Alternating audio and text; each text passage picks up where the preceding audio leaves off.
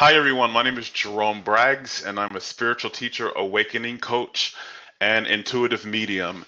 And what my work is really about is it's about helping people create a more delicious and soul-nourishing life by journeying the path of loving themselves, but what I call being your own best friend, and really offering your entire life over the divine, like really surrendering who you really are, what you really want, your purpose, your path over to that energy, that source, that higher self, if you will, that has your best interest in mind.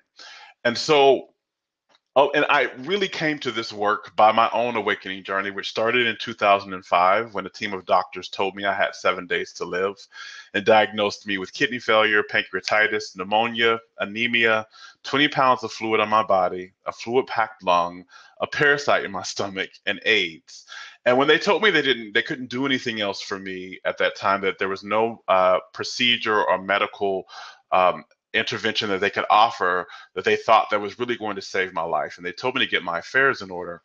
On my deathbed, I had a divine experience. On my deathbed, I really asked the divine, like, how do I, not only how do I survive, like, how do I live, but really, how do I live well? Like, I no longer, at that point in my life, I lived a life of fear. I lived a life of hiding myself. I didn't really understand how to love myself. And hey, everybody that's coming in, thank you for coming in. If you can kind of leave me a comment to let me know that you're here, that'd be awesome. But, just to, I lived a life that was not really supporting me, was not empowering me, was not nourishing me, was not built upon loving myself in any type of way. And I wanted to know on my deathbed, how do you build a life that feels really good to you, that tastes really good to you, and that is healthy and whole? And I had a divine experience where the divine, which I call God, spoke to me on my deathbed. Many people have a near-death experience. They call it a near-death experience, although in my experience, I didn't actually die and cross over. This happened while I was on my hospital bed. And the divine basically said, love, if you want to live really well and you want to have a life that feels good to you and tastes good to you, you're going to have to learn how to love yourself. And you're going to have to learn how to really surrender your life over and trust me to take the lead. And so what followed was a 10-year kind of soul masterclass, if you will, where I learned what it really means to love yourself, what it really means to be your own best friend, what it really means to surrender and trust the divine to take the lead. And that whole process of me really doing the work of loving myself and holding my beliefs up to the light and seeing if, what my beliefs were really made of, and did they really support me? Did they really support the truth of my divinity? Did they really allow me to live well, or were they toxic to me? To look at the behavior, was I really being compassionate and kind and loving to myself, or was I being, was I beating myself up? And did I really trust that there was a higher power that had my best interest at heart, that really cared about me and that I could hand it over? Or was I trying to control everything on my own? And was I trying to push and force?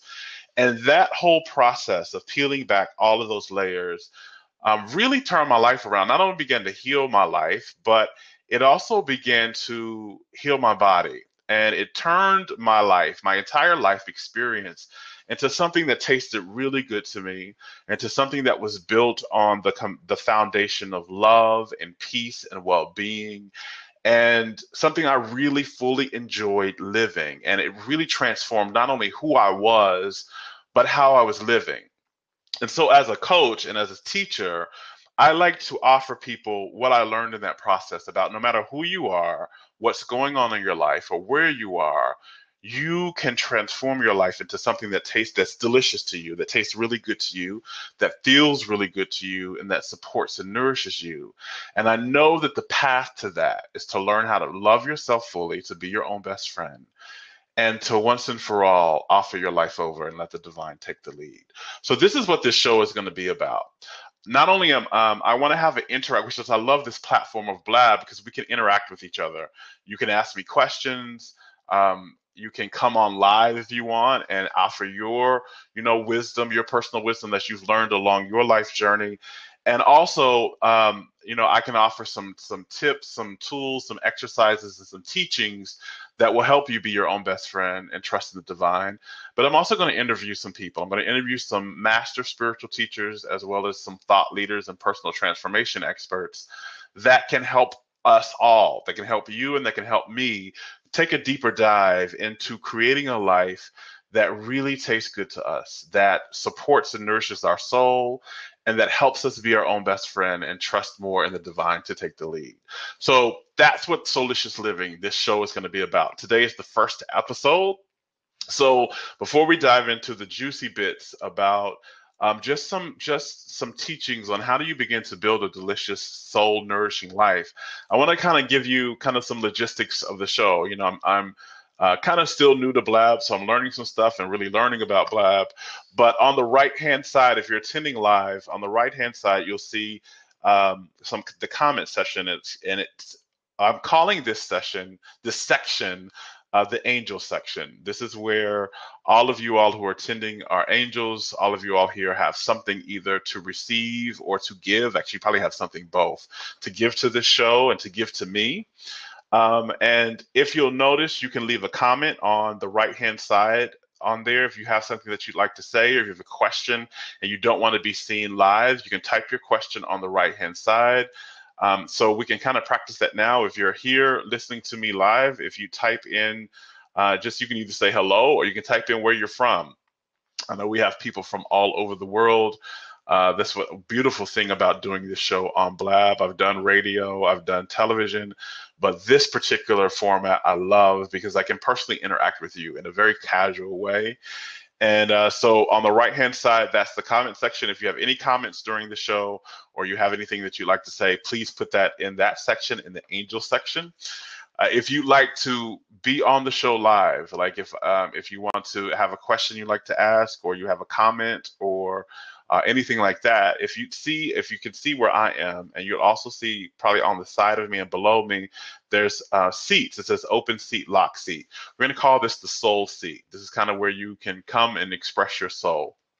So on that, you just click on that, and that lets me know that you want to be live. And then I'll on my side, I kind of click something and it lets you come on. So that's the soul seat. And also below me, you can see there's some hands that are doing like this on the bottom right-hand side. If you click that, that lets me know that something about what I'm sharing with you or something about what I'm saying is resonating with you, or you've gotten an aha, or you really like it. If you just click that, that just lets me know that's what's happening and that it's resonating with you, or you want me to keep talking about that. That's another way to do that. And then on the left-hand side, it says Tell a Little Bird. You can see that kind of right underneath the title of the show. There's a little blue box that says Tell a Little Bird.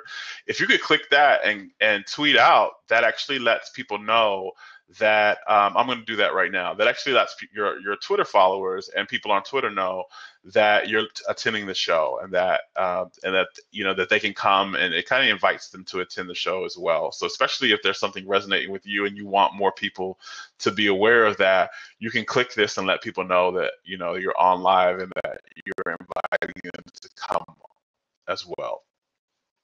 So I think that's all the logistical stuff about the show.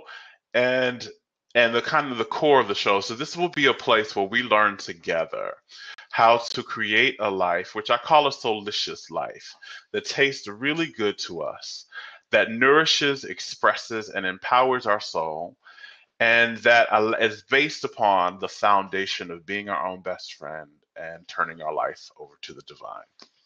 So today's show, which is episode 1, I really wanted to dive deeper into talking about what it actually takes to live a delicious, soul nourishing life.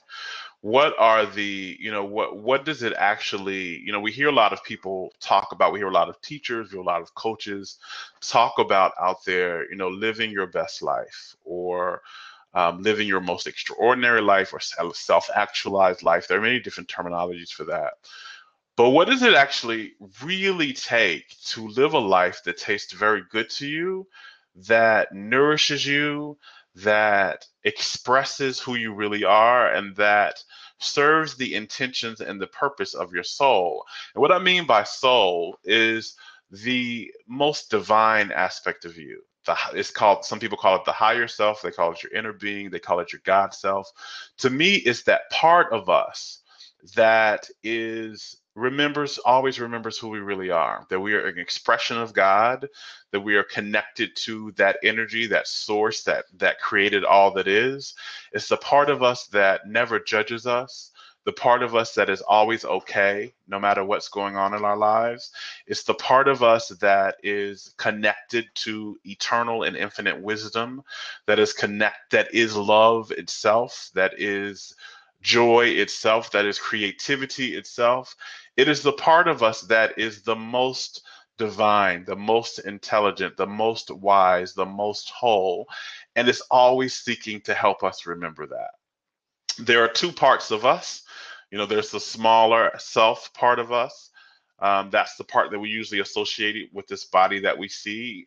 And there's the higher, larger aspect of us. That is the part of us that is connected to the eternal. There's a part of us that's connected to the divine. There's a part of us that remembers all of that. So that's what I'm talking about when I mean soul. And so that's what I'm talking about. Like, how do we create a life that expresses that aspect of us, that's connected to that aspect of us, and that serves the purpose and the intentions of that, but also tastes good to us, that nourishes us, that empowers us, and allows us to enjoy ourselves while we're here. So going back to, I want to kind of express again what I learned about that process. So the first aspect that I learned about, if you're going to really if you're really committed, if you're really interested in living that type of life, to me, the first aspect is you got to learn how to love yourself. I don't believe that anything in your life can work well until you've learned to love yourself. Hi, all of you all who are just joining. If you're just joining, we're kind of just getting started. I had some technical difficulties in the beginning that I had to restart the show. So if you're just joining, if you have a comment or if you have something that you'd like to add, please do. The comment section is what we're calling the angel section. And that's where, if you just want to be in the space and just receive, or if you want to have a comment and you don't want to be seen, please just add your comments or your questions in that section.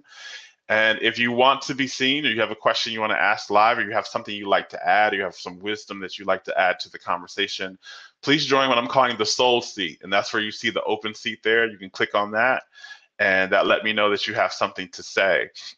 For all of you all who are in here now live, if you just kind of give me a comment, you can say hello, let me know that you hear me, or you can say hello, or you can even type in where you're from. That would be awesome, and let me know that you're here and that you can hear me and that there's nothing going on technically that I need to fix. And so we're just in the beginning of talking about, how do you really create a life that nourishes your soul, that serves the intentions and the purpose and the expression of your higher self? And the first step to that is to learn how to love yourself. Welcome, Black Enigma. I see you say that you're in Atlanta. I love Atlanta. I used to live there for many years, so you're in my stomping ground. So welcome. So how do you begin to create a life that nourishes that part? And you've got to love yourself, because here's a spiritual truth. Nothing in your life will work at its best. Nothing at your life will work at its highest. Nothing in your life will work well until you learn how to really love yourself. And again, we hear a lot of people talking about, love yourself, or take love into your heart, or it all starts, you can't love others until you love yourself. And that's very true. But I want to talk to you a little bit about what it actually means to love yourself. And before I give you kind of the step down into loving yourself, which is actually the steps to creating a life that fully nourishes you, I want to kind of give you a definition of loving yourself, my definition of what I mean by when I say loving yourself. To me, loving yourself means that you are making the consistent and earnest commitment to being your own best friend at all times. That you will be the greatest force of love towards yourself in your life, that you are going to be compassionate with yourself, that you're going to be kind to yourself, that you're going to honor yourself and allow yourself to be in alignment and harmony with yourself. And that you're also going to, and this is going to be something that I'll talk about separately, but I still think this is a piece of loving yourself, that you will open yourself up to love, that you allow yourself to be loved, which takes a kind of a trust and a surrender. So that's my definition of loving yourself, really, that you're being your own best friend, you're honoring yourself, and that you're trusting in life to love you, and you're allowing yourself to be loved by others. So um, the first step in that process, in the process of loving ourselves, really is to stop making ourselves wrong. We live in a culture today that is very determined to make you believe that there's something wrong about you. That's not just who you're being is wrong, what your body is like is wrong, how much you have is wrong, and what you're doing in the world is wrong. And so the first step kind of to loving yourself is to begin to take that message and just reject it and stop making yourself wrong and start making yourself perfectly whole and enough. Like, I believe that we're not here to be perfect. I think we're here to be whole. That you're here to understand that no matter what you have, no matter how you look, no matter who you are, and what you're doing, that is all enough. That you don't need to keep fixing yourself or improving on yourself. That you just need to instead accept yourself and understand that everything about you is adequate enough to be loved, to be lovable, to be deserving of the good that you seek, and to be here, that you deserve to occupy the space of your life, that you don't need to be fixed or be better or be less than or more than in order to just exist and allow life to love you. So that's kind of the first step, is to stop making yourself wrong. And the process to stop making yourself wrong is you've got to stop judging ourselves and comparing ourselves. One of the things that I used to do, just being transparent with my own journey, one of the things I used to do is I used to really judge myself. I mean, highly. I was either not attractive enough, I didn't have enough money to believe that I deserve. If I went to a networking event, it was like, wow, that guy is, their company is making $1 million and he's charging $300 an hour, and here I am charging $50 an hour, and I began to feel less than.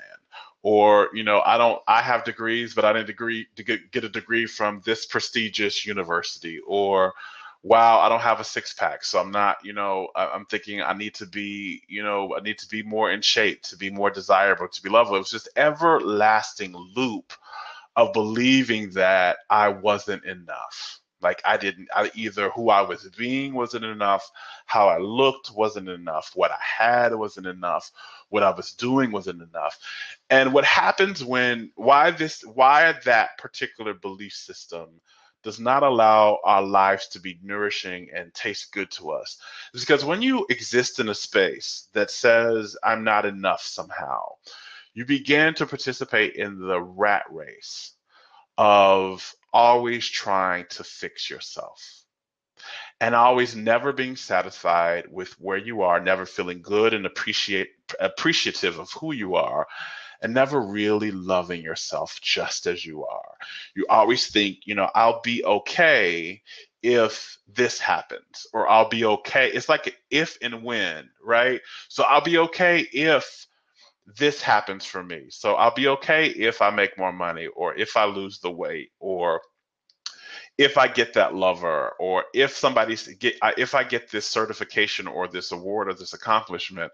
I'm not okay right now, but I'll be okay if that happens for me. Or you go into the wins, right? So I'll be okay. I'll really be enough, and I'll accept myself, or I'll be okay with myself, or I'll stop beating myself up when I'm this weight on the scale, or when I have this amount of money in the bank, or when that person tells me I'm attractive, or when I have gotten this promotion, or once I've gotten this degree, or when I've finally gotten the business. It's like you're always your self-worth is dependent upon some future event instead of actually grounding your self-worth in the present. And that's what happens when we make ourselves wrong. When we make ourselves wrong, we're not worthy. we're not lovable, we're not deserving, we're not enough until some future thing or event or experience happens for us. And so what ends up happening is we try to fix, we try to judge, we're always in comparison and never in acceptance and love. So that's kind of the first step, to stop making yourself wrong. And I'd love to hear, for you all who are attending, I'd love to hear your experience with that, with either making yourself wrong or learning how to accept yourself or just as you are, learning how to stop taking in the messaging that something is wrong with you. Again, TV is a huge proponent of making something wrong with you.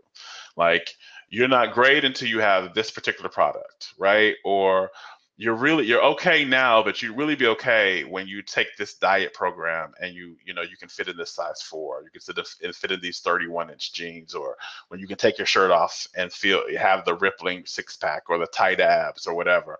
It's like there's so much messaging going on in our culture today, no matter where you live, that says you'll really be okay if and when.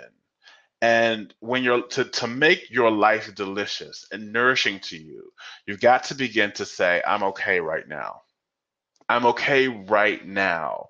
Because when you can ground your wholeness and your worthiness in the present moment, that's when you begin to open up to the juiciness that life is giving you now. That's when you can see you can go deeper and experience the fulfillment in your relationships instead of needing somebody to be somebody else or needing you to be somebody else, right? You start making your life enough and whole. So I love to hear what any of you all have experienced with that. If you're attending live, if you can type in the angel section, which is the comment section over here, kind of your experiencing or your thoughts with that. How are you experiencing the enoughness, or what's your experience with making yourself wrong? I love to hear that. So if you have something to add to that, please type that in. I see some of you all are here from Atlanta. Again, I said earlier, yes, I love Atlanta. I used to live there myself, went to college there. So I have Atlanta has a place in my heart. But if you're here and you have something to add to that, please type into the comment section. I love to hear that. Talking about another kind of adding into when we make ourselves wrong. Another aspect where we make ourselves wrong, I just talked about kind of making who you are wrong. And then we also have the aspect of what we have is wrong. Like when you're in a space of believing that something about what you have isn't enough, right? So I see this a lot when I work with people who are wanting to be more successful. It's like that everlasting rat race of more, more, more, more, more. And I'm not saying that there's something wrong. There's that you should not have a feeling that you want to expand your life, or that there's a next level that you want to go to and to experience. But there's something that happens when we tie our worthiness and our peace and our happiness to more. And that's what I'm talking about here. When you make, you think, yes, I have a home and I have a roof over my head, but it's not my dream house. And I'm not going to be happy until I'm in my dream house. Or I'm not happy. I want this relationship, right? I may be single and I want a lover, or I am in a relationship and I am in a relationship, but I want this relationship to be something more, right? And I'm not going to be okay until it becomes that. Or the money that I have, right, in the bank. So yeah, I'm paying my bills, but I can't stunt. I can't be a stunner, right? I can't buy the diamonds and take the trips around the world and things like that. So instead of thinking, instead of having a space of excitement about becoming that level at some point in my life, I'm judging myself and saying, since I'm not there, I'm not okay. I'm not enough. I'm not worthy. I'm not lovable. I'm not desirable in some way because I'm not there. And again, when we begin to judge ourselves like that, and we begin to compare ourselves, especially from where we are to where somebody else is, or even comparing yourself to the vision you have for your life in the future, what ends up happening is you're literally attacking yourself. You're literally committing an act of violence on yourself. You see, comparison is the highest act of violence against the self that we can do. When you begin to compare yourself and you begin to say, I'm not enough because I'm not that, or I don't have that, or I don't have that over there, instead of saying, I'm whole and I'm enough just where I am and just what I have, you begin to close the energy down. So I'm going to talk a little bit about what happens energetically and vibrationally when you make yourself wrong. But that's really you're beginning to enact an act of violence on yourself when you compare yourself, because it's like literally whipping yourself and beating yourself up. And I'm going to talk in just a second about what that does energetically when you make yourself wrong, what that does to your life, and vibrationally, what that does to your life here in just a second. But I have a comment I'd like to address. I see Black Enigma says, yeah, I am. Yeah, you're me. You said, I am you mentioned about being enough. I've always felt that I'm not enough. And the guys I've dated made me feel like I wasn't enough, not masculine enough, or not cool enough. I totally can understand that, especially for people who live, whose lives are already marginalized, like they already live lives on the fringes. Like as a gay person, you're already in society's eyes, in the culture's eyes, not in the divine's eyes, because it's divine, you're whole and enough. But in society's eyes, you're already on the fringe. You're already marginalized in some type of way. And so if we take that messaging in, as a gay person myself, and when I first was growing up, all the messages that I was receiving externally were saying that something about my gayness made me not enough. That's made me wrong some type of way. Either I was wrong religiously, or I was wrong culturally. And there's so many messages, and to say that I'm enough, that nothing about me is wrong, that I'm whole, I'm a divine being, I am a soul, and I am a part of God, and so there is nothing about me and nothing about my expression that does not belong in the light, that's not whole and lovable and divine. To say that and to own that and to embody that is literally a radical act in today's society, whether you're gay or not.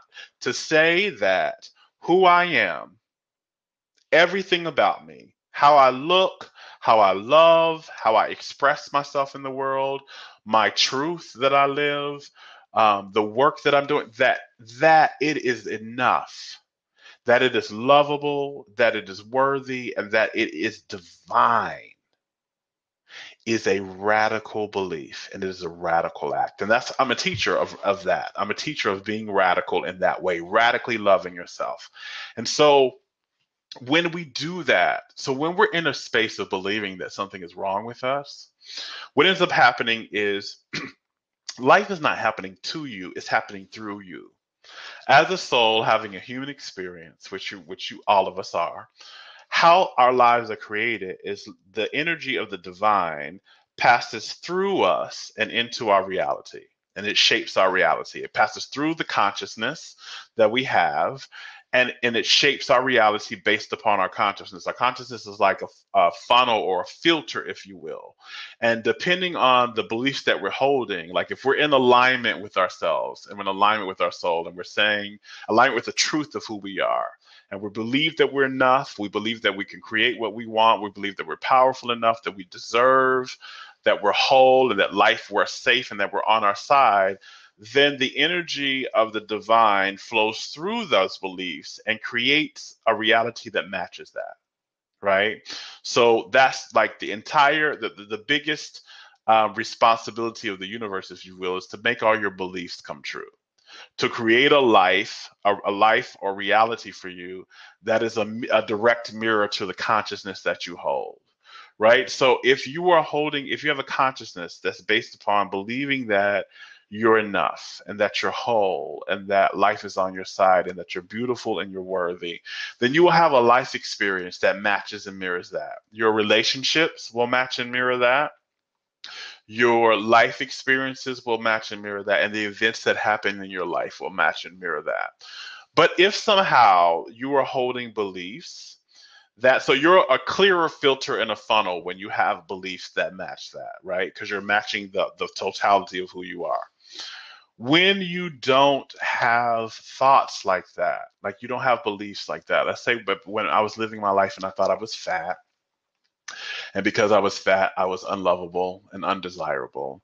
I thought that I wasn't safe in the world. There was something about me that was wrong, and so that meant that people were going to reject me and that they were going to deny me some type of way. And so when I was living in that space, again, the divine had to pour its full energy through me to create my life, but the filter I had was dirty. It wasn't a clean filter. It wasn't really aligning with the truth that I was. So the life that got mirrored back to me was a life that mirrored back to me. I was continually having relationships that made me feel unattractive and not enough and didn't support me and nourish me. I was having life experiences that made me feel like I was wrong, kept affirming and confirming my belief that I was wrong in some way and wasn't attractive in some way, or that my sexuality made me wrong in some way. I was continuing to have these experiences that were supporting that consciousness. So again, the life that you live has to support the consciousness that you have, because the divine pours itself through your consciousness and creates your reality through that process. So life is happening through you, not necessarily to you. So um, if so that was the first thing that, so that's why when you make yourself wrong, you beat yourself up. Why that's literally an act of violence, because it's closing down the life experience that you have. If you think you're fat, if you think that you're not attractive, you're not desirable, if you think you're stupid, and if you think that you're not smart or you don't deserve a good life, if you're telling yourself that you don't have enough, and that because you don't have enough, you don't deserve to eat at the table with everybody else. That you don't, you're not enough. You're just not enough, right? And there's something about you is less than in some way. Why that is detrimental to your life, and why you have to heal that in order to begin to live a more delicious, nourishing life, is because as long as you believe that about yourself, it has to be proven true for you in your life. This is kind of the law of attraction. I'm a teacher of the law of attraction as well. This is the law of attraction in action. It's that whatever you believe about yourself and whatever you feel about yourself must be reflected back to you in your life experiences. It must be your reality. So if you feel that you're not enough and you're less than, then you will continue to live experiences that mirror that back to you. Every relationship that you have is going to make you feel less than in some way. The big event experiences you have they'll do that, because your reality is just a mirror to what you believe and what you feel about yourself. So that's the first step into creating a life that tastes better to you and that nourishes and supports you. The first step is you've got to begin to feel better about yourself. You've got to stop making yourself wrong. That's the first step in that. And so I'd love to hear if anybody actually wants, if you have a comment that you'd like to actually, if you want to join the soul seat, which is the open seat here, and you have something that you'd like to add to that, please press, just click there, click the lock seat. It says lock, just click on that, and that'll open you up to me, and we can have a conversation live. Or if you have something, if you don't want to join that seat and you have a comment that you'd like to add, in the angel section, in the comment section over here, please add a comment. I know a lot of you all have been commenting on, this is resonating with you, that you've lived a life of not feeling enough some type of way, and that you resonate with that. So if you have a comment or you have something about that you'd like to add in the comment section, please do that. I want to give you a few tips about how to stop making yourself wrong. How do you make that shift, and how do you make that shift from feeling not enough to feeling whole and enough? And the first step is you got to start telling yourself more. You got to stop listening to the outside voices of our culture, of your environment, of your relationships, or your family, or your friends, even, that are making you feel in some way that you're less than. And you've got to start to have conversations and change your self-talk and make your self-talk more nourishing and supportive and loving and compassionate and kind. And so one of the best ways to do that is to practice affirmations, to really get affirmations that uplift you and are compassionate towards you. One of my favorite affirmations for me is that I am enough. I am beautiful. I am lovable. I am whole and I deserve. And nothing about me needs to change in order for this to be so. And I tell myself that several times a day. Several times a day. Hi, Craft Happiness. I see you. Hello. If you have something that you like to add, please add it in. You can either just add it in the comment section, which I call the angel section, or you can click on the open seat here, which I call the soul seat. And if you want to have something you like to add live, or you have a question you like to add live, please feel free to do that. I'm just beyond honored that you're here, and would love to have you with that. Thank you. I see you say cool picture behind me. Thank you. It actually has a saying on it that it says, I have to read it here for a second. Hold on for you, because it's not just the swirls here that you see. It actually at the top, which you probably can't see there. It says, when you came into the world, you were crying and the world was smiling. Live your life so that when you die, the world cries and you smile.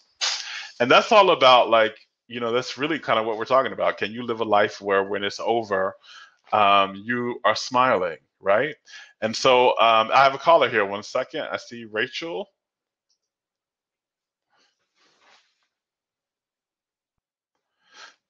Hi, I see Rachel. Rachel, I know it takes a second for you to get in here. So if you can hear me.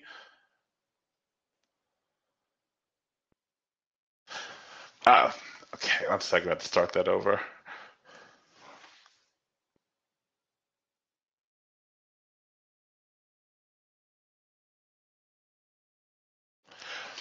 I've clicked OK, Rachel. I know sometimes you may need to refresh your page sometime. I see you were trying to call in and for some reason it wasn't coming in. You may need to refresh the page. Just click refresh on the page and come back. It'll let you come back in and then click on the seat again. Because sometimes when it doesn't work, that's all we need to do is kind of refresh the page. So yeah, it's affirmations, practicing affirmations that support you. I'm beautiful, I'm lovable, and I deserve to be loved. I have enough, and life is continually bringing me more and more of what I desire and what I need. You can practice things to say, I'm beautiful. All of those types of affirmations. So Rachel is calling in again. 1 second here.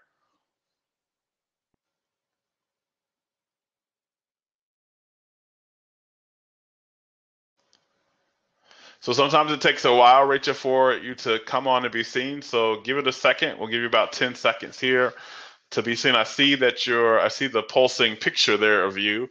It says it's trying to work its way into seeing you. And can you say something? Can you hear me?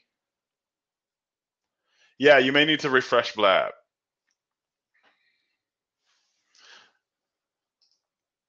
Okay, so we're trying again, everybody.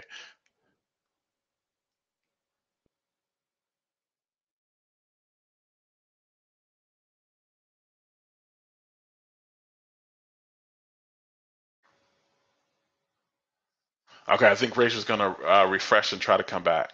So, practice affirmations. One of the most powerful things to do is before you even start your day, when you get up in the morning, you get out of bed, go straight to the mirror, look yourself in the eyes, say, I love you. I really, really love you. There's nothing you need to change to be whole, to be loved, and to be enough. Today, I'm going to be your own best friend. If you will do that every day in the mirror before you start your day, and then if you have maybe 1 or 2 affirmations that you like to practice and that you practice those throughout the day, if you do that, that will do tremendously in changing your own inner self-talk, into changing into a more loving, whole, and supportive self-talk. I see Rachel is trying again. We're going to try again here with Rachel.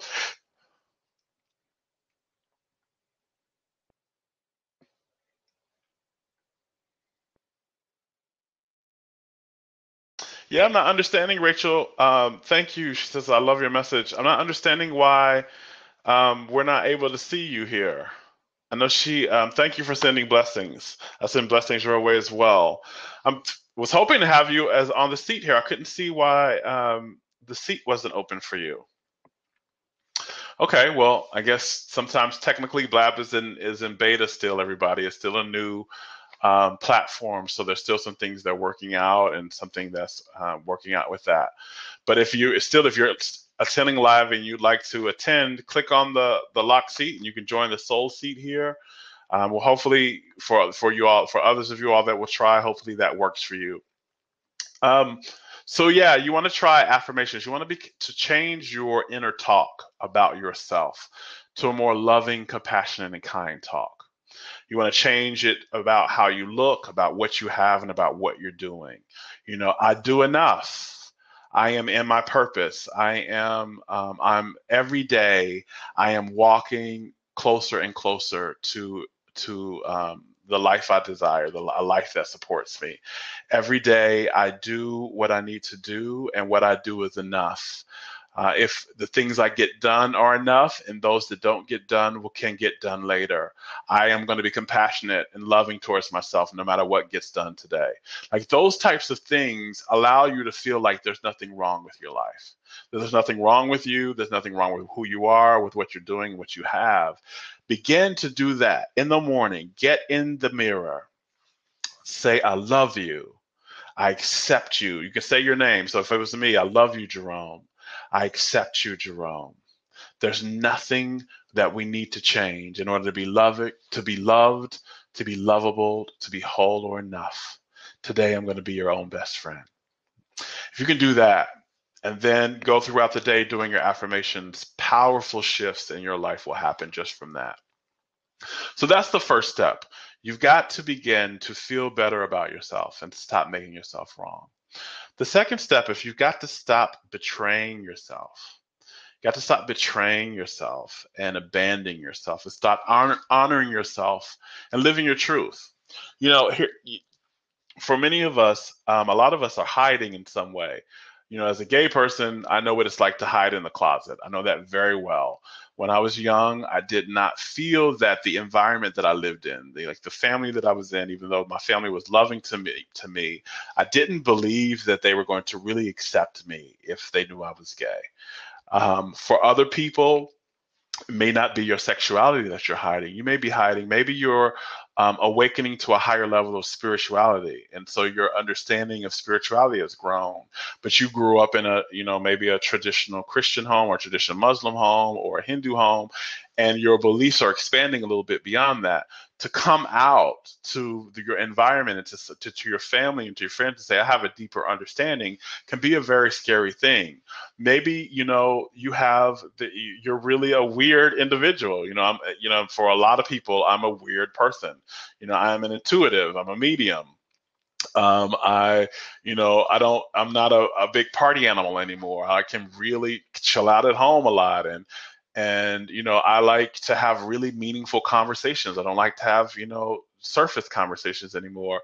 And so in the beginning, I used to hide that type of stuff because I would feel if people knew that I really talked about spirituality a lot, or that I was an intuitive, or that I didn't want to talk about the reality, what was happening on this reality TV show. I wanted to talk about people's lives and what made them feel come alive, and where were they growing. I didn't want to make people to reject me, and so I would play it small. I would dim my light. I wouldn't really live my truth, and so I would abandon myself and I would betray myself when I wouldn't speak up and say what I really need to say. If I was in situations where somebody was stepping over my boundaries, but instead I wanted to be liked, I wanted to be nice, and I wouldn't really speak up for myself. That's a betrayal of myself.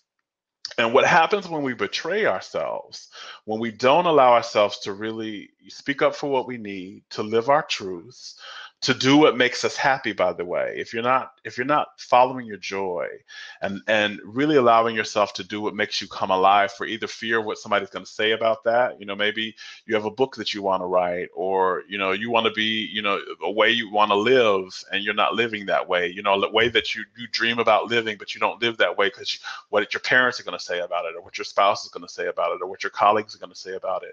That's a betrayal of yourself. Anytime you're not living your truth, you're betraying yourself. Anytime you're not saying what you really need to say, you're betraying yourself. Anytime you're not allowing yourself to live how you want to live, you're betraying yourself. And what happens when we betray ourselves? One, we begin to resent our life. We begin to be unhappy. That's when depression and sadness sets in. That's when anger sets in. When you're really, people you're not allowing yourself to speak up and say what you want to say, you become angry with people. You become resentful. And so this is what this does, again, when talking about energy and vibration. So this is what this does to your energy. When you're living a life, when you're betraying yourself consistently and you're not living your truth, what ends up happening is you live a life that betrays you. You have a life that doesn't nourish you. You have relationships that, you get in relationships with people who betray you, that consistently step over your boundaries. They don't honor you. They hurt you, right? And it's because, again, you're hurting yourself, and your life, again, is a reflection of how you're treating yourself, how you feel about yourself, and what you believe. And so when you are not honoring yourself, you can't live a life that honors you. There's a saying that I've seen this happen so much in my own life, and I've seen that happen in countless clients that I've worked with, and countless friends and relationships that I'm in. The universe highly rewards people who live their truth, who honor themselves, really. The universe highly rewards people who honor themselves, and it doesn't highly reward those who don't. So if you're not living a life where you're living your truth and you're not honoring who you really are, you can't live a life that honors and supports and really tastes good to you. It's not possible, because the energy that you're sending out does not match that. The vibration that you're holding doesn't match that. You have to send a vibration out into the universe of honoring yourself and living your truth in order for the universe to shape a life around you that supports your truth. Right? So we see countless examples in the world of people coming out and living their truth, and their life just gets better. One of the biggest examples of that for me is like Ellen DeGeneres. I think when she was a comedian and an actor, where she was hiding her truth of being a lesbian, right? She was successful, but she wasn't really successful. You could tell she wasn't really happy. You can tell there was the light that happens when you're fully turned on and tapped in and in harmony with who you really are. There's literally an energetic light that you send out. You could see people and you say, wow, that person's light is really turned on. They're really happy. They're really vibrating like fully divinity, right? That happens only to people who are living their truth. And I could see back then when Ellen was not living her truth, her light was really dimmed. But when she came out, a few years of her living her truth, now you look at her, and every time I see her, it's like she's beaming. She is literally beaming. She's happy. She's highly, ridiculously successful today, not just monetarily, but she has a relationship of her dreams. She's got work of her. She's doing work she really loves. It's grounded in who she really is. And that's what I'm talking about. Like when you fully stop betraying yourself and abandoning yourself and you live your truth, the universe shapes a life around you that really supports and nourishes that truth. And so your life begins to feel good to you. It makes you feel alive. It makes you feel happy. It makes you feel at peace. And that's what accepting, really living your truth will do for you. Is it scary in the beginning? Absolutely. To live your truth in the beginning is very scary, because living your truth is pressing the buttons of what the small self, the ego self, says is safe. So when we're hiding and not living our truth, Why we're doing that is because something in our ego, something in our smaller selves tells us that hiding is the safe thing to do. When I was hiding my own, sexuality and my spirituality, I thought that if I didn't hide, if I came out and said I was a gay person to my family, to my friends, and to all the spaces in which I was living, if I came out and said I'm actually intuitive and I have a larger understanding of God than the understanding that I was grown up with as a traditional fundamental Christian, um, to say those things, that I was gay and that I had a wider understanding of God, that no longer fit under the parameters of what I was raised, seemed to me like a death. It was really scary because it felt like everybody was going to reject me. And so I traded in the happiness that I knew that I was going to feel in living my truth and coming out for what I thought was the safety, of not telling my truth and not being rejected. But what ended up happening was, when you think, what happens when you hide your truth and you think you're being safe, what you're actually doing is you're harming yourself, because you're not allowing your full energy to express in your life. That's where a lot of sickness comes from. When you don't when you don't live your truth, what you do is you literally are suppressing your energy. You're not allowing the fullness of God, the fullness of spirit, to flow through your life, and that's why you start to get sick. The other aspect of that is when you have so you're not allowing the fullness of spirit and God to flow through you, which was where sickness comes through, and you're not allowing yourself to be happy.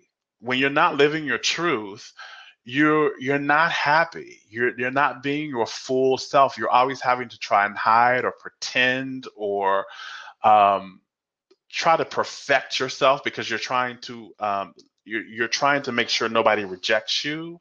And that is really, you live in bondage. You are living a bonded, it's like you literally put a jail cell around yourself, and you're living in a jail cell where you don't allow yourself to fully be free and fly. And so that's the second thing, learning how to really be yourself and to honor yourself and to no longer reject yourself and no longer abandon yourself, is the second key to living a life that tastes really good to you, to living a life that highly, highly, highly supports you. So before I get into the steps and into how you can begin to shift into a life, how do you begin to live a life that honors you and to live your truth? I want to hear what some of you all who are attending this, what you think about that. Again, if you have a comment about this, if this resonates with you in any way, you can leave a comment in the angel section, which I call the comment section over here. Or if you know that you have something you want to say live, you can join the open seat, which I'm calling the soul seat. You can join this seat and basically say, put your wisdom or your opinion or share your story live. So I want to give you a chance to do that. So if you have anything that you have, if this resonates with you, please type something into the comment section, or you can join you can join me live here in the soul seat. So while I'm kind of waiting for that, I want to kind of give you some tips into yes, Dolores says truth. Being out of alignment leads to more unhappiness. I think actually, to add to that, Dolores, actually, I think being out of alignment is the source of unhappiness. When you're not in alignment with yourself, when you're not in harmony with yourself, when you're not living your truth and living in alignment with your soul, you are going to be unhappy. It's just no other way. I have not met in all of my years of living, I have not met anybody who was happy that was not living in alignment with themselves. And I haven't met anybody who was not out of alignment with who they really are and not living their truth. They were hiding in some way, or abandoning themselves, or betraying themselves in some way.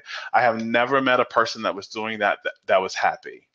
And speaking to my own self, I love that you added, because speaking on my own journey, when I was the most unhappy, when I was, and I was always trying to blame it on somebody else. That's something you also do too, is that, when you're betraying yourself, you always think it's somebody else's fault, and not really, holding it and not really taking the own responsibility and saying, the reason why I'm unhappy is because I'm not honoring myself. when I was hiding myself, not really fully out, not really fully telling everybody that I was, this spiritual being and that I was gay, when I wasn't allowing myself to really do the work that I loved and really live my truth, and not allowing myself to be, follow my joy and do what empowered me or do what made me feel most alive. That's when I was the most unhappy. That's when I was the most angry. That's when I held the most resentment in my heart. And that's when I was the most depressed, was when I was not living my truth. And so that is when, I work with a lot of people to help them heal, not just their lives, but their bodies. That's one of the things I do as an intuitive medium, actually a medical intuitive medium, and I help people heal. And one of the first things I do when somebody comes to me with an illness, one of the first things that, no matter what that illness is, whether it's an illness or a disease, whether it's a life-threatening disease or an quote unquote incurable disease, one of the first things I do with them is I help them, we work in helping them see, where are you betraying yourself? And help them get more in alignment with themselves. And what I've learned, what I've seen time and time and time again with working with countless clients, is when you begin to do the work of becoming in alignment with yourself and no longer betraying yourself, not only does that make you, it heals your life, it makes you enjoy the taste of your life more, it makes you happy. It begins to heal the body. I've seen this time and time and time again. Your wellness and your well-being greatly increases when you begin to live your truth and begin to be in alignment with yourself. Yes, Dolores says again, agreed 100%. Responsibility for everything in our lives. And every challenge is a lesson we are refusing to learn. Yes, absolutely, absolutely, absolutely. I say everything in your life is a message from your soul that is asking you, that is helping you, either is asking you to take a deeper dive into loving yourself and being more in alignment with yourself, or it's a reflection of how well you're doing that. Either you're doing it really well and your life experience is a reflection of that, or it's a wake-up call to help you wake up and say, wow, I need to take a deeper dive into loving myself, which is, not making myself wrong and living in alignment with myself, and taking a deeper dive into that. Like, either your life experiences are a reflection of how well you're living your truth and loving yourself, or they're a wake-up call for you to asking you where you need to be doing that more. So I love this stuff that you all are adding here today. I love, love, love, love, love, love, love this stuff. Thank you so much, Delora. Thank you. She says, I love your message. I love your, keep sharing. I definitely plan to. This is what this show is about. I want this show every Sunday at this time at 1 p.m. Eastern, 10 a.m. Pacific. This show is going to be about, like, how do we do this? How do we become our own best friend? And how do we offer our lives over to the divine more? Both I'll be talking. I want to hear what you all have to say about this, to live. And I'm also going to be having teachers, spiritual teachers, master healers, and personal transformation experts that I'm going to join and interview here that will help us really understand, how do we do this? And how do we take in, how do we begin to recognize where our life is asking us to wake up? Right? So that we can begin to live a more delicious, nourishing, aligned life. And so the last portion of this, I said there were 3 steps to really creating a very delicious, soul-nourishing life. And I said the first one was about not making yourself wrong, making yourself perfectly whole and enough. The second step was to, stop betraying yourself and to start making it all, honoring yourself and living in alignment with yourself. Stop betraying and abandoning yourself and start honoring yourself and living in alignment with yourself and living your truth. And the third step and the final step is really to stop scaring yourself and scaring the shit out of yourself and fighting so hard, and to start really offering your life over to the divine and trusting that everything is working out in your favor. That's really allowing yourself to be loved. I think we live in a culture today that really induces a high level of stress, because we believe that we've been taught that we have to force and we have to push and we have to make things happen, right? And I even see this in spirituality. I see this a lot in the spiritual teachers today. There's so many teachers, like, let's just talk about the law of attraction. There's so many people that talk about like offering the divine this grocery list of things that you want or that you need. It's like pushing, pushing, pushing, pushing. And my life is not okay until these things happen on my grocery list, right? So I have this vision board, and I've created this vision board, and I'm going to look at this vision board every day, and I'm also going to judge my life. Like, I'm going to say, like, and one thing I see that happens a lot, which is why I'm not a teacher of vision boards anymore. I used to be a high teacher of vision boards. I used to do this every year. I used to do a workshop helping people do vision boards every year. And there was something that happened in my life where I stopped doing this. And I stopped doing this for three reasons. One was what I found in my own self with vision boards is I began to be more stressed when I was creating vision boards, because what I would do is I'd have my vision board, I'd put it up where I could see it every day, and I look at it every day. And what I found in the beginning was it was empowering, and it was exciting, it was nourishing to have that. But as time went along, what began to happen was I found myself being both stressed and resentful, because I would look at the vision board and I would judge my life by, I would look and I would say, well, that hasn't happened yet. Why hasn't that happened? I've had this dream house on my vision board for a while, and why isn't it happening yet? And so I would start to feel bad about that wasn't happening, or why hasn't that lover come yet, or why hasn't this money, or whatever that experience is, why hasn't that happened? And yes, while many things on my vision board would happen, the things that weren't happening yet, I began to have this relationship about why isn't that happening yet, and I would feel bad about it. It would make me again feel so like there's something wrong with me.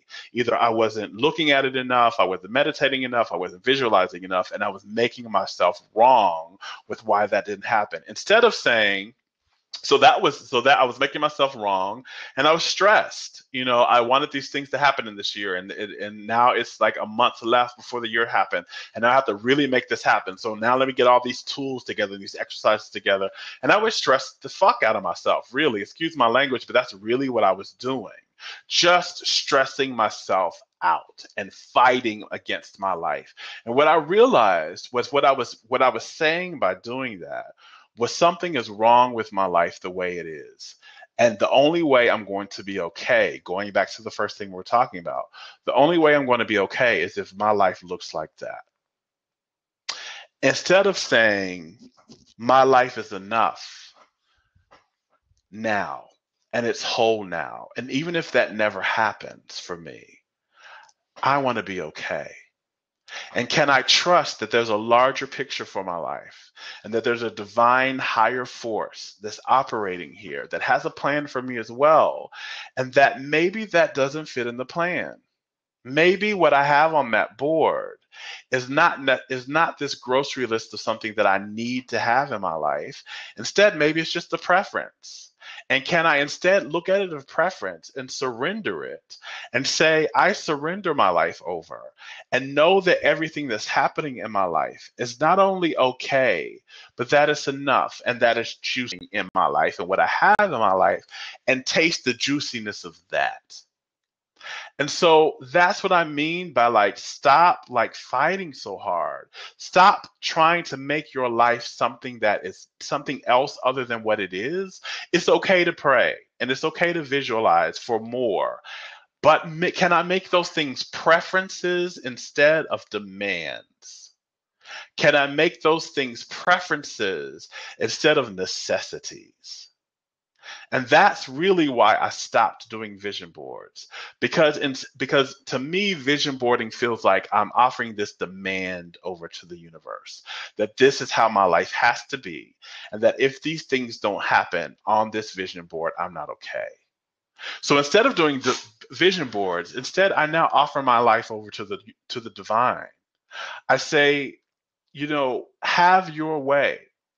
I'm going to do the work of feeling whole and enough and being happy. And yes, I have preferences, and here are some of my preferences, but I offer these over to you, whether they happen or not.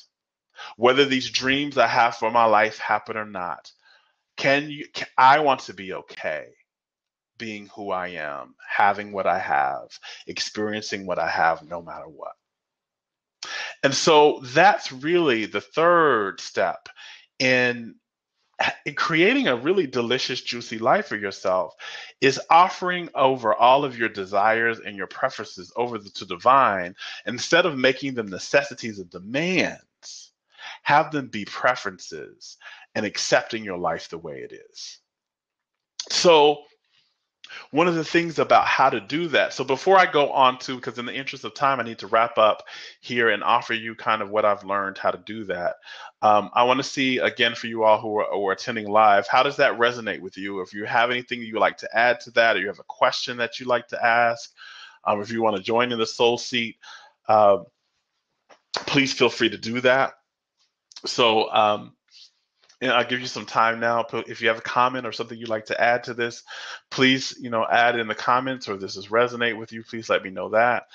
And then in the meantime, I'm just going to share with you what I learned about, like, how do you begin to really just, in the last kind of 5 minutes we have for the show here, how do you begin to offer your life over to the divine? That's why I'm really a big proponent of prayer.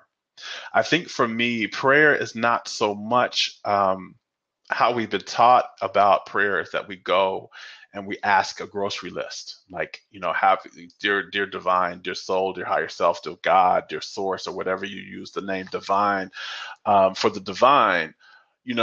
What do you, instead of saying, dear God, make this happen for me, here's my demand, here's my necessity, go to prayer as an offering over and an invitation and a request for the divine to make you okay, even if this doesn't happen. So I offer over, here's my idea of success.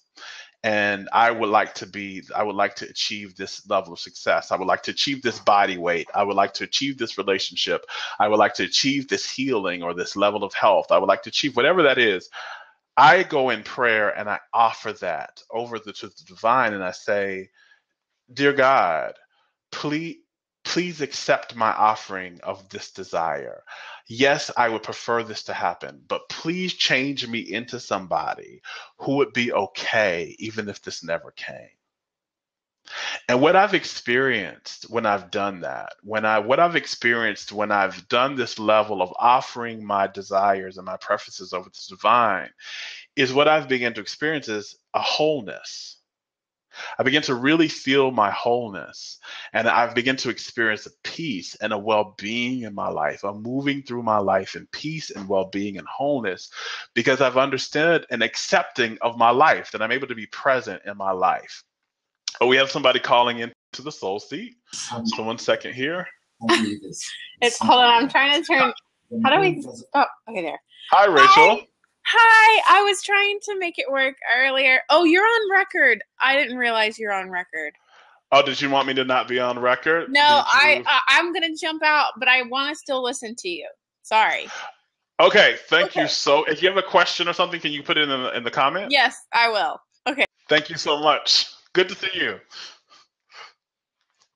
So, yeah, to know that you are, when you offer your preferences and everything over to the divine, what it allows you to do is it changes your life then into something where you're at peace. You're no longer fighting so hard and stressing out so hard and pushing and struggling. And instead you live this life of surrender where you're going through the flow. You're going through a flow and you're allowing the divine, you're trusting that there is this greater source. There's this greater presence, this greater energy. I call that presence and energy the divine and God. That there's this greater energy that has your greatest interest in mind, that it loves you deeply and wholly, and it supports you, and that you can trust in it. And instead of saying, I know how my life has to go, I can trust in this greater picture, and I'm offering that over. So, Rich is saying yes, and sometimes we feel like we don't need to plan everything. Exactly. It's like, can I trust that there is a greater plan for my life that's even juicier than what I can think. I think Oprah has said this. I love this, that the universe can dream a bigger dream for you than you can dream for yourself. And I have found that true in every circumstance of my life. When I've offered over my plans, again, and my grocery list, over to divine, that said, divine, have your way and make me okay with whatever happens, right? What I found is that my life has flown into something greater than I could have ever dreamed of myself. And that's why I'm a huge proponent and a huge teacher of surrender. That's what this show is going to be about. Loving yourself and surrender. That when we surrender our lives over, our lives become not just peaceful, not just grounded in well-being, but they can become really, really, really juicy. Okay, Rachel's calling it again. Okay. Okay, so I had to get back in just to say this because it's so funny. I was talking yesterday to my husband about this because I got this weird feeling that like I plan so much. Like that's what I do. I have a planner. That's my like whole situation, that I learned to be organized. I learned to be like really set in how I want my life to be. And I just decided, I'm like, wouldn't it be cool if we just didn't plan everything out and had to have everything like XYZ? And he was, well, it really was talking about like having kids. And I know that's something you both have to agree on. So like, we're not completely there on right now, but I just think it's cool to just know, like, you know, I don't have to say by this age, I'm going to do XYZ. Like, let's just let things happen and be in agreement, of course, because it's two people, so you have to be in agreement. But I just thought, you know, I always plan my life out and like how I'm going to have my life. And I just had this feeling like maybe I don't need to plan my life out. Of course, we have to agree on what we're going to both do for our family. But I just thought, you know, maybe I just should let things be instead of like, you know, most women, they're like, if they want to have a child, they're like, okay, now we're going to plan this and this is how it's going to be. And we're going to have a girl or whatever, you know? And so I just don't want to be someone who doesn't just let things go. Like, I just want to be so grateful for what I have and just let things go and let life just happen, you know?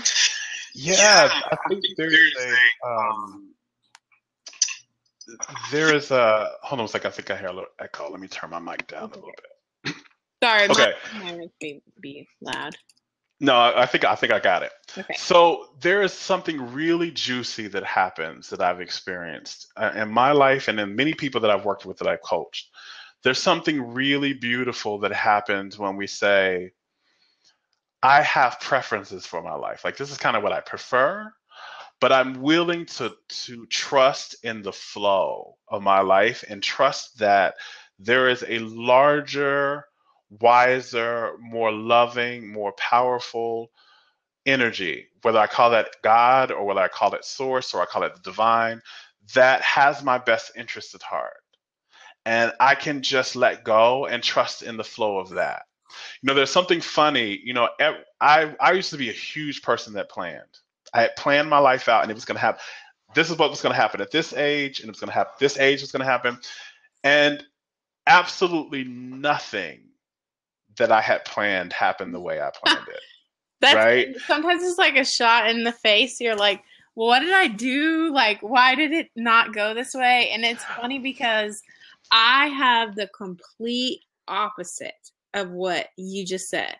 I have planned out everything that I have wanted, and like to the T, like to the degree, to the place I'm going to live, to like the kind of man I'm going to marry, to like, and of course that's different because it's love, but it's like everything I have done has been planned. And even though I've had like losses along the way, like I've had griefs, I've had people leave my life, and of course that was not planned, but mine is the complete opposite of you, Jerome, because mine is like, I have planned everything and it's still at this point, like, I feel like there's something greater that if I could just let go. Yes. Yeah. Yes. So let me give this to you because I love what you just said.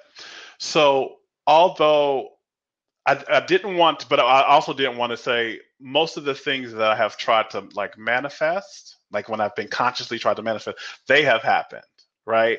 But the plan for how my life, how I thought it should have unfolded and should have gone, did not happen that way. But what happened was way Way more better. delicious and way more nourishing and supportive of who I really am than I could have ever imagined on my own. And I think there is this point now in the evolution of humanity that we're being asked from the divine. It's like, I think the beginning step of our evolution was to learn and plan out, which was exactly what we're talking about, to plan out and like have this grocery list of things we wanted so that you can understand that you're a powerful creator and that you can create. Mm-hmm. But I think the next level of that, which is just what you said, the next level of the evolution of our being is to learn that there is another force that we can trust outside of our own consciousness and our own Absolutely. desires, and to turn it over to that and watch a higher, more deliciousness happen out of that surrendering over. I completely agree with that. I think people, and they say like, let go and let God. Like, I completely agree with that. And I think sometimes, and there's this notion that we don't have control over our life. I don't think that there is an extreme on each way. I don't believe that we are just put down here in some situation that, you know, we're just this robot that's just going, and everyone else, like, he's controlling us. I feel like it's so much that we have to decide for ourselves, but then also being able to just interact with God on a daily basis to say, okay, here's what I've got set.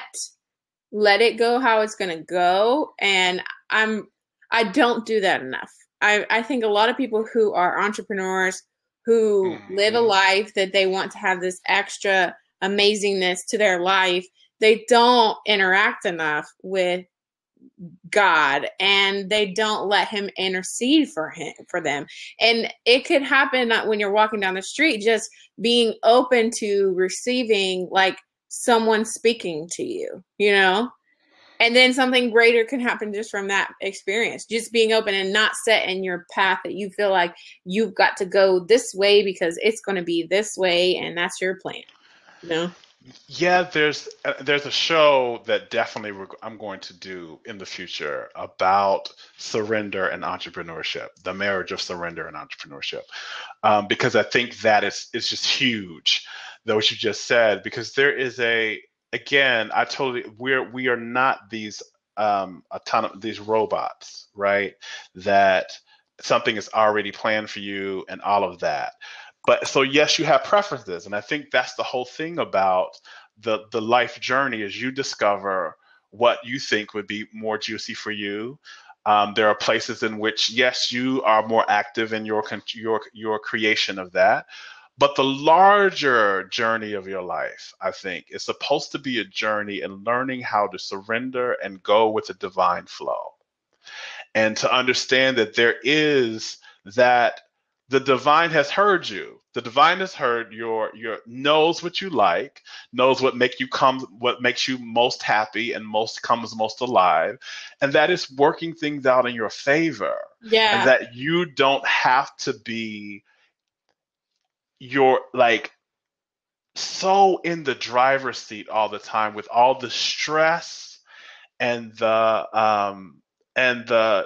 just the toxic energy that comes from the belief that I have to be in control all the time. Yeah, right? and you know, it's funny because I'm just going to quote scripture for a second just off my head, but it's like, I know the plans I have for you with Jeremiah, but it's like, I know the plans I have for you, plans to prosper, plans to do well.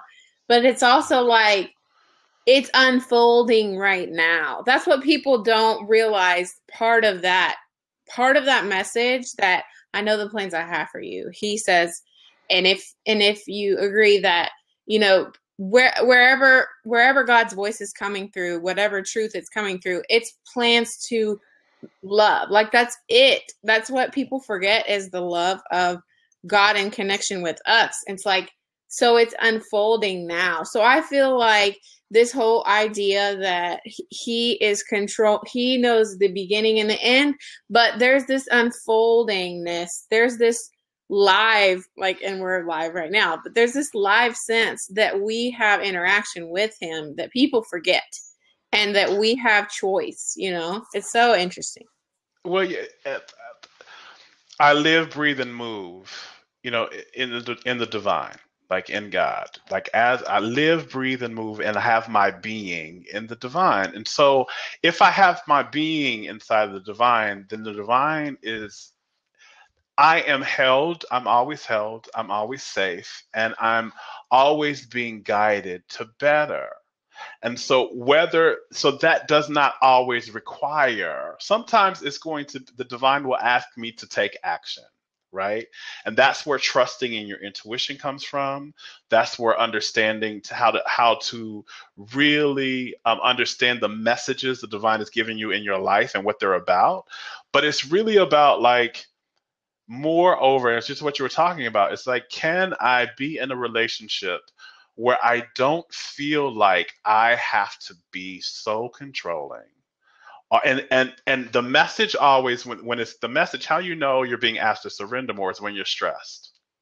When you're stressed out in your life is when it's a greater call for you to offer things over. So Yeah, that's kind of like, I like that you said that when you're stressed is when it's a wake up call, almost like you've got to make a decision, but then go with what, because I blog a lot on this, like this little thing I blog a lot about, you know, planning and personal development and what it means to be stressed and organized and, you know, saying no to people. And I think a lot of times we forget to really say, here's what I'm about, here's what I'm not about, you know, and like, I can only take on so much in my life. But then there's like a greater factor to that. Like, I am not necessarily the one taking it on though. Like, am I the real one taking it on, or is it just part of this greater situation, you know? yeah, I think there's a deep importance, which I'm going to do a whole show on, saying the power of saying no. And also say I love that, saying no and saying yes. But can you say yes to the flow of your life, right? But also saying no to the things that you really don't want to do and that aren't in alignment with you, Yeah. right? But also, can you say yes instead of saying no to the flow of life, to what's happening in your life? Can you accept it and welcome it instead of trying to push and always trying to make it something else? Yes. Make it something it's not. That's what I'm talking about. That's what the surrender is really about. Can you let go of this idea that you're not okay unless something happens, that you're wanting this thing to happen, right? So I want my life to look this way, or I want this particular event or experience, and I'm going to push and I'm going to force. Because a lot of times when you're pushing and you're forcing really hard, what you're at the core of that is a belief that you're holding, that I'm not enough without this. Right. I'm not okay. And we're so concerned about what's next in our lives. We're so concerned about like, what is next? Like, you know, I'm working on this project is going to be, or my next life event. I'm probably going to move in with this person now because we're, you know, it's like we're always searching and grabbing for what's next in our lives rather than being in the present. And in that sense, like when people say like, oh, don't live in the past, but a lot of us are almost living in the future. We're just trying to live in the future for like the next best thing rather than experiencing it for what it is now. Exactly. And that's the whole juiciness of living a life of surrender.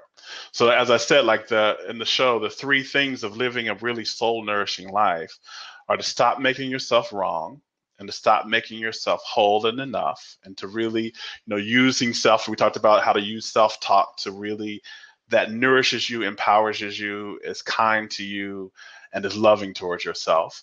I want to stop you for a second, Jerome. What would you say about whenever, like, because I find myself, and I'll be vulnerable for a second, I find myself I believe in self-affirmations. I believe in self-talk, but I constantly find myself making up for like something I say that's bad. I say something and then I say, "Oh, I'm an awful person."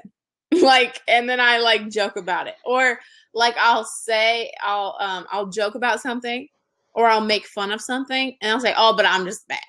Like I'm just awful. Or I'll say to and so like that's even just those funny little things that we say like about ourselves, just making fun, just to say like just justify what we just said is really negative speak. Like, and so I just want to say, like, what would you say? Like, how do you change that? How would you change that? How have you changed it? Yeah, so my entire commitment to myself was to be my own best friend, right? How can I be my own best friend? And so to have no conversations with myself, both internal or external, that are judging, that don't feel empowering and expansive and compassionate, right? So let's look at being my own best friend. If Yeah, I like was, it's if you were my easy to best say that. friend, right? If you were my best friend, would I ever say to you, "Oh, you're a bad person"? No. "Oh, you're an awful person"? Like I wouldn't even say that, even in joking, right? Joking, we may have other jokes, but I wouldn't be Yeah. like, "Oh, you're an awful person," right? And see, something to understand about how beliefs get formed in our brains is it's something we either think or say continually, So and it you would be say it. like instead of saying, "Oh, you're awful person," you would say, "Oh, stop it. You better stop it right now." Like those kind of things. Like, and so when we say that to ourselves, like we say something we don't like or say something we realize is not like a good idea to say, then we say, "Oh, I'll stop right now." Like Yeah. those are the kind of like things we should say, right? Yeah, little shifts, or instead of, you don't have to always take it back. So you said something and you can have an awareness of, oh, that wasn't something I wanted to say. And that's enough, Right. right? That was something I really didn't want to say. Or that's not in alignment who I want it to be. And that Right. awareness will help you instead of taking it back to beating yourself up. Right. Like that's being my own best friend. I don't beat myself up anywhere. So yeah, I recognize maybe may not have wanted to do that thing that I just did, or I didn't want to say that thing that I wanted to say, or the way I was interacting with that person wasn't really the way I want to interact. So can I have the awareness of that without taking that awareness into making me Right. Like wrong and bad some if type you of were way. to say you just ate like a huge meal. Like let's just put it on a level of food now. Like we just ate, both you and I just ate like a huge meal. Like it was bad. Okay. We're best friends right now. And we wouldn't say like, or maybe I didn't eat the huge meal, but you did. And I wouldn't say to you, "Wow, you are just a fat man. You are gluttonous." Like, I would say, "Hey, maybe next meal we should like eat salad." It was like those kind of things. That's the perfect example because that's a more loving, compassionate approach. Like you're not making your friend. See, that's the thing about love. This is the thing, a huge definition of love that when I heard this definition, I was like, that's exactly it. When I love you, that means I'm not here to make you wrong. I'm Or not here to hurt your make you ego, wrong like if I really, love you. really hurt your ego. I'm not here to hurt you or make you wrong in some way. So if we have this meal, and let's say you're my friend, and I know that you were talking about you have a really passionate desire to lose weight. And we just ate like three pizzas together, right? And so I'm not going to say, like you just said, wow, that's a horrible fat, pig Yeah. thing to do. I'm going to say, wow, this was really delicious, but I think maybe we want to make a healthier Yeah. choice next time. Just like you said, like let's make a healthier choice next time. That was really delicious though, but I think this may not be in alignment with Right. where we And want to and go. that's Right? Instead of, oh, you're a horrible yeah. person for that, and oh, you're like, instead of Yeah. beating you up, can I support you? Can I nourish you? Can I be And I your think we friend? do that to ourselves, but we also do that to those closest to us. Like even I don't know necessarily our best friend, but like I can say honestly, like with my relationship, there are times when I say things I'm like, whoa, did I just say that? Like that was mean. You know, it's like because we feel like there's so much part of us, we can't not say it because we're used to saying it to ourselves, internally. Right, right. And that's the whole, that loving yourself and changing your inner talk comes from the commitment and the decision that you're going to be the highest force of love towards yourself. So just like your friend is a force of love to you, they see you, you're going to be the highest force. So even more loving than your friends have been to you. That's how you're going to be Yeah. to you. And that's, yeah, I love everything you've given. I love everything you said. In the interest of time, I've gone way over the 60 minutes that I wanted to I'm do. sorry I couldn't get on earlier. I So was like, oh, I really want to talk to him. I'm so glad you finally came, because what you were able to say and what you gave and the Well, juiciness was you helped me. I so think that's a awesome in really, this conversation. I can honestly say like because people say, well, be your best friend, but what does that really mean? So I really feel like you said it to the point that you really hit it on the head. Thank you. Like it was good. Thank you so, so much. I think that is the perfect place to end. So, yes, for everyone, thank you so much, Yeah. Rachel. Thank you, thank you, thank you, thank you. I look forward to reading your stuff, by the way. I took notes on what your thing is. So I'm going to follow you and read your stuff as well. Um, and to everyone else, thank you so much for joining the show.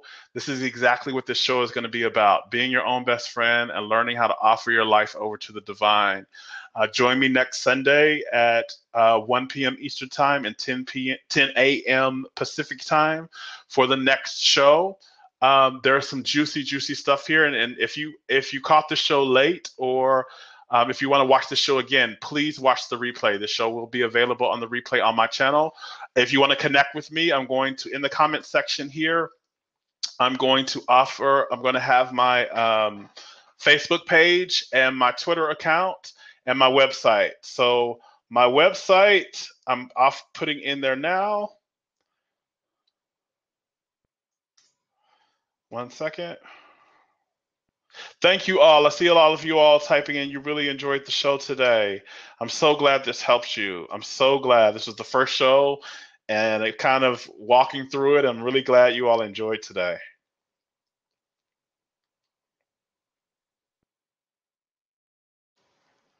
So we kind of have, so I'm putting in my website,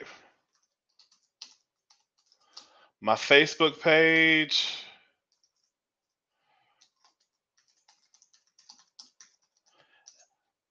and my Twitter account. So that if you want to follow me in the meantime and get updates about the show, or I also blog and write and do videos and things like that on my Facebook page, that would be awesome. Or if you want to work with me, you can see my website.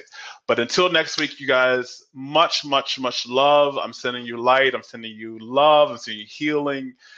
And let's really, really, really make the commitment to begin to live a soulicious life, a life that tastes really good to us and honors the expression, the intention, and the purpose of our soul. Until next week, much love.